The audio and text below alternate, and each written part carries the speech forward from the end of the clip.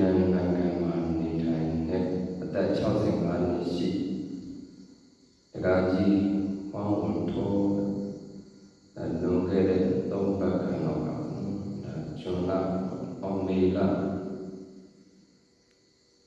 လပိုင်းမှာဆိုတော့လွန်ခဲ့သော1 လခန့်ကပฏิမကြဘဝတစ်ပါးသို့ကိုပြောင်းပွဲလွန်သွားသောအသက်65နှစ်ရှိတက္ကကြီးဦးဟောင်းထိုးဒီဘောဓဘာသာကိုကြောင်းပွဲလွန်သွားပါတယ်တို့ဖြစ်ပါရဲ့တက္ကကြီးဦးဟောင်းထိုးဒီအကယ်၍မကျွတ်လို့တော့ဘုံဘဝတို့ရောက်ရှိနေကြတာဒီနေ့သံဃာတော်ရှင်မြတ်တို့ပေးဝရတော့ကုသိုလ်ကောင်းမှုတွေဘုရားကဘုရားမြတ်တော်တက္ကကြီးအတွက်ရည်စူးရည်မှန်း၍လူတန်းထားသောဒီကြောင့်လည်းအတွက်လူတန်းထားသော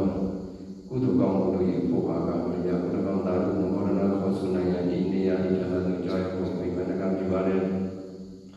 2 ကြိမ်မြောက်လည်းပဲပြိမာဏကပြုပါလေ3 ကြိမ်မြောက်လည်းပဲပြိမာဏကပြုပါလေတက္ကကြီးဦးထိုးဒီနေရာဒီဌာနသို့သာဓုမောဒနာခေါ်ဆိုနိုင်ရကြောင်းဖို့ပြိမာဏကပြုပါလေအဲ့တော့တက္ကကြီးသာဓုမောဒနာခေါ်ဆိုနိုင်ရကြောင်းလာတဲ့အခါသစ္စာယထာနာတိတိကိုကြောင့်ဆောက်ရှောက်ကနေကြဘုံနဲ့မျက်နှာကောင်းနဲ့ပေါင်းလို့ကလည်းပဲတက္ကကြီးဦးမှထိုးအားနုညုခွင့်ပြုဖို့ဒီပိုင်းမြတ်တာရခံပါလေအဲ့တော့တန်ခါရရှင်ရဲ့တို့ကဘုရားတက္ကကြီးဦးဟော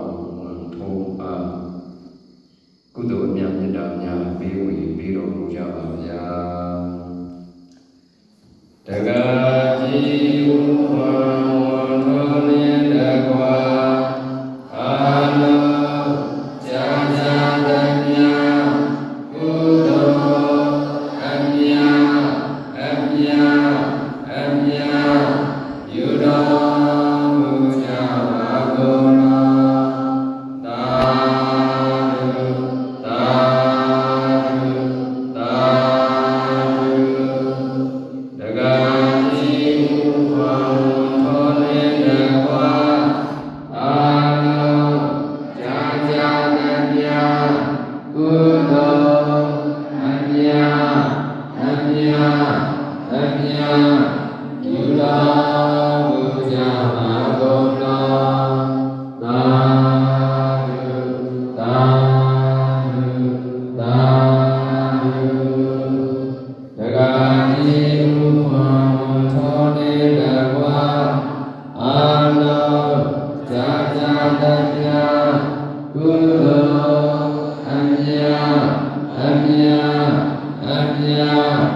ယူတော်